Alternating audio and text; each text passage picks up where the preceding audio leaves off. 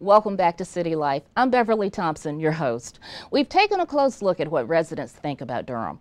But what about visitors to Durham? What do they think about us, and why does it matter? Joining me to answer those questions is Shelly Green. Shelly is the president and CEO of the Durham Convention Visitors Bureau, which is the organization that markets and promotes Durham as a place to visit. Welcome, Shelly, and thank you so much for joining me today. It's a pleasure. Shelly, the Durham Convention Visitors Bureau commissioned a public opinion poll. In fact, you've done it for 18 years now, regarding, among other things, Durham's image. Let me first start off by asking, why does the DCVB even gather this information each year, and why should our residents care about what other people think about us?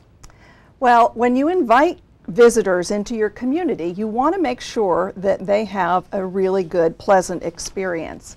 If they do that, then the cash registers ring. And when the cash registers ring, then local governments also benefit with tax dollars.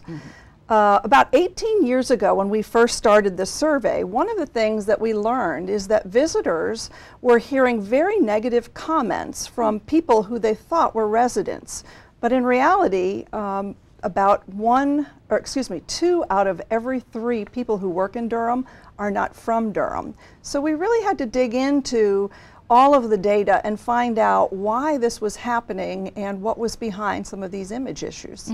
So did you ever find out why people who weren't residents of Durham think so negatively about our city? Yes. Part of the reason is that people are more comfortable with people that look just like them. And Durham has always been known for its diversity in different cultures and ethnicities and races.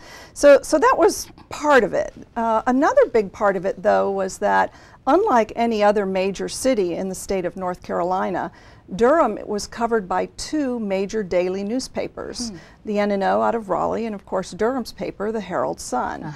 So whenever there was negative news, it seemed like twice as much was happening in Durham that was negative.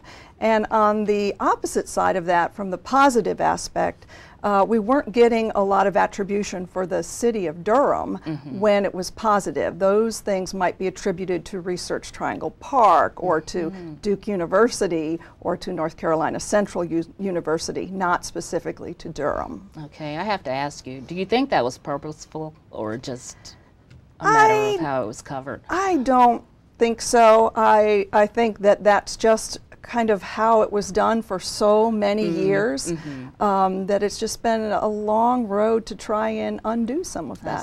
I see. Well, tell me, how does your survey differ from the one that the city does? Well, our survey, just like the city's, uses a random sample of people. And that's really important because the random sample guarantees that you're going to get a representative population that can then be assumed to mirror what the population in general would think. Respondents of the city survey knew that they were being asked by the city of Durham because it was about city services, and it was a written survey. Our survey was a telephonic survey, and the people had no idea who was commissioning this survey. They didn't even know it was about Durham. So ours gathered a lot of real top-of-mind answers because we asked about a lot of different topics. Okay, so what did the survey say? Well, first of all, the good news, you know, Durham's self-image, what we think of ourselves, has always been very high. And that was something we learned 18 years ago, is people thought Durham was very down on itself. And consequently, you have seen over the years bumper stickers that say, Durham, love yourself. That was never the problem. Durham has always felt pretty good about itself. But our neighbors didn't necessarily share that same positive feeling. But our self-pride in 2011, when this survey was done, has risen to its highest level ever. And that's over 90% of our residents are proud of Durham, and they're really glad that they live here. Impressive. Wow. Okay, so what do our neighbors think about us? Well, again, this is something that has changed greatly over 18 years. 18 years ago, when the survey was first done, only 12% of the residents of Wake County and 17% of the residents in Orange County had a favorable image of Durham. Now, that's all changed. Orange County's favorability is at about 89%, almost as high as what Durhamites think of themselves. And Wake County has risen to 76%, and that's an all-time high for them as well. That is incredible. What do you attribute that to?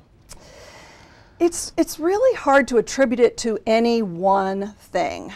Image is not impacted by building things or offering new services because it's something that happens day in and day out. So it's just something that's changed over time, and you can see on the chart how it just gradually, you move people from negative to undecided, and then you move people from undecided to positive. Okay, Shelly, so my initial reaction to this is pretty mixed. You know, on one hand, I'm really pleased, but then on the other hand, I keep hearing people, particularly people from the East, who are still negative about Durham. So tell me, how can that be? Well, it can be, because 11% of people who live in Wake County still say they are negative about Durham. And if you just do the simple math, that's about 100,000 people. Okay. So there still is some negativity there, but the good news is that has changed drastically over the last 18 years. And it's also important to remember that what you hear when you're talking to friends or neighbors or people that you come in contact with, that information is anecdotal. That's one person's opinion at that one given time. And that's why it's so important to use these generalizable surveys so that you can really project out what an entire community or county thinks. Okay. Well, what other good news can you share with us, Shelly? Other good news, safety. Our residents by and large feel very safe and have continued to do that. Durham Public Schools is another very positive story. Residents that have children in the Durham Public Schools, more than 80% of them have a positive image of Durham Public Schools. That's good to hear. And that's risen, again, steadily for the past 4 years. So those are some of the other good news. Okay, well, what are some areas of concern that we need to pay attention to? The biggest areas of concern that are still out there relate to appearance. And appearance means everything from how our roadways look. Is there litter there? Do we have boarded up houses? Are our medians well kept on the highways or on the roadways? Or are there weeds growing up in between the concrete? Attractive roadways is something that we did not score very high on. And again, that's in comparing that to the city, that's a different question than the city had, because I think we have also seen that residents are very pleased with how their roads have been maintained. But it's not the same thing as looking at litter and things of that nature. Another troublesome spot that we need to work on is visitors and new residents in particular. They need wayfinding. They need signage. They need ways of figuring out where they are and how to get from point A to point B. We have a lot of confusing streets here. We have a lot of confusing signage here. So this is something that we're going to need to tackle on a county-wide basis to put wayfinding into place. Okay, all right. Well, Shelly, after watching this show, I imagine there are a lot of people who are going to want to know what they can do to help. How can they get accurate information to help mitigate, you know, any kind of negativity that is out there about Durham? Well, the Durham Convention and Visitors Bureau has a lot of great resources on its website, which is www.durham-nc.com. And there are a lot of tools on there, such as some of the biggest myths that we have about Durham and kind of the truth behind them. We have information that is great for newcomers. We even have a database of accolades of all the wonderful things that have been said about Durham by the news media, and mostly the national news media. We also operate a visitor center 6 days a week. You can always stop by there and get information from us. Or you can become a fan and like us on Facebook. The Durham Convention and Visitors Bureau has the Durham NC Facebook page. So we'd encourage you, if you're a Facebook user, to just type in Durham NC and like us on that page. Cool. Okay. Any final thoughts you'd like to leave us with? Image is very, very important to a community. It's not only important to residents in their level of pride, but it's also important to our overall brand for Durham. Because when visitors come here, they can tell that we are proud of our community. We make them feel welcome, and then of course they're going to come back again and again and spend lots of money, and that's money new to our community. We don't have to educate their children, we don't have to provide a lot of services. We just essentially take their money, give them a wonderful experience, and send them back to tell their friends and neighbors. Okay, good message. Thank you so much for joining me. It's my pleasure. You do so much to make Durham a great place to live and work and play, and I don't think a lot of people recognize that how essential you are to help promote Durham and give them good information. Well, Durham is where great things happen. All right, sounds good. Thank you so much, Shelly. Thank you. Well, that does it for this edition of City Life. If you have a comment or a future show idea, email us or call us. We'd love to hear from you. And don't forget to like DTV8 on Facebook and follow us on Twitter.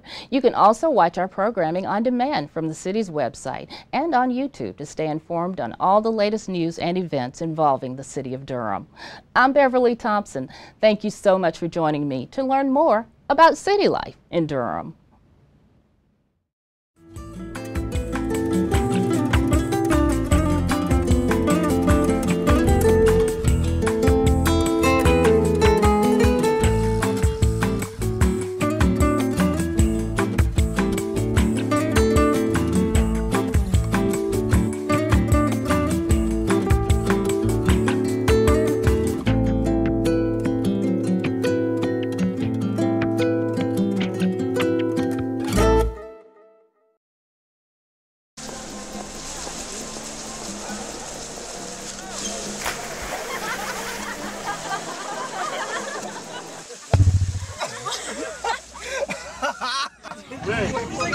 My dad's one of the producers.